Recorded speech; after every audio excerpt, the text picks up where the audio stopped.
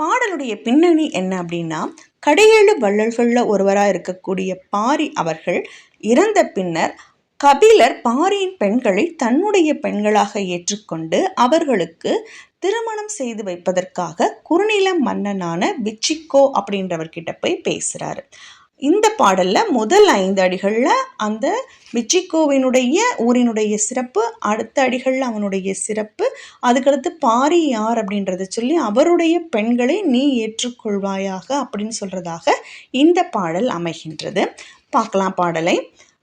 பனிவரை நிவந்த பாசிலை பலவின் கனிக்கவர்ந்து உண்ட கருவிரல் கடுவன் செம்முகம் மந்தியொடு சிறந்து சேன் விளங்கி மழைமிசை அறியா மால்வரை அடுக்கத்து கழைமிசை துஞ்சும் கல்லக வெற்ப.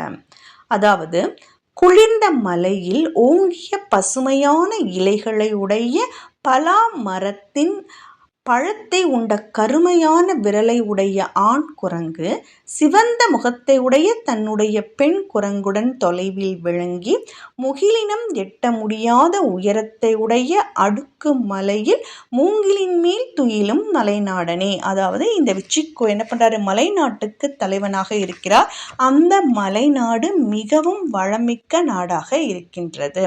அடுத்து நிலந்தின்று செருக்கிய நெருப்புத்தலை நெடுவேள் களங்கொண்டு கனலும் கடுங்கண் யானை விலங்குமணி கொடும்பூன் விச்சிக்கோவே. அதாவது அடுத்தவருடைய சிறப்பு எப்படி சொல்றாரு, கொழுப்பை தின்று கழித்த நெருப்பு போலும் தலையை உடைய நீண்ட வேலையும் போர்க்களத்தை தனதாக்கி கொண்டு சினமடையும் கொடூரமான யானைகளையும் உடைய ஒளி உடைய மணிகளை கொண்ட வளைந்த அணிகலன்களை அணிந்த விச்சிக்கோவே அப்படின்னு அவருடைய வீரத்தின் சிறப்பை எடுத்து சொல்றாங்க. அடுத்து இவரே பூத்தலை அரா புனைக்கொடி முல்லை நாத்தழும்பு இருப்ப பாடாது ஆயினும். இவர்கள் யார் அப்படின்றத எப்படி சொல்ல வராரு, இவரே பூத்தலை அரா புனைக்கொடி முல்லை நாத்தழும்பு இருப்ப பாடாது ஆயினும் கரங்குமணி நெடுந்தீர் கொள்கன கொடுத்த பரந்து ஓங்கு சிறப்பின் பாரி மகளிர். எப்படி சொல்றாங்க, அவர் யார் அப்படின்னா, இவர்கள் பூவை தன்னுடைய தலையில் மாறாது ஒப்பனை செய்தார் போல் கொண்டிருந்த முல்லைக்கொடி, அந்த முல்லைக்கொடியில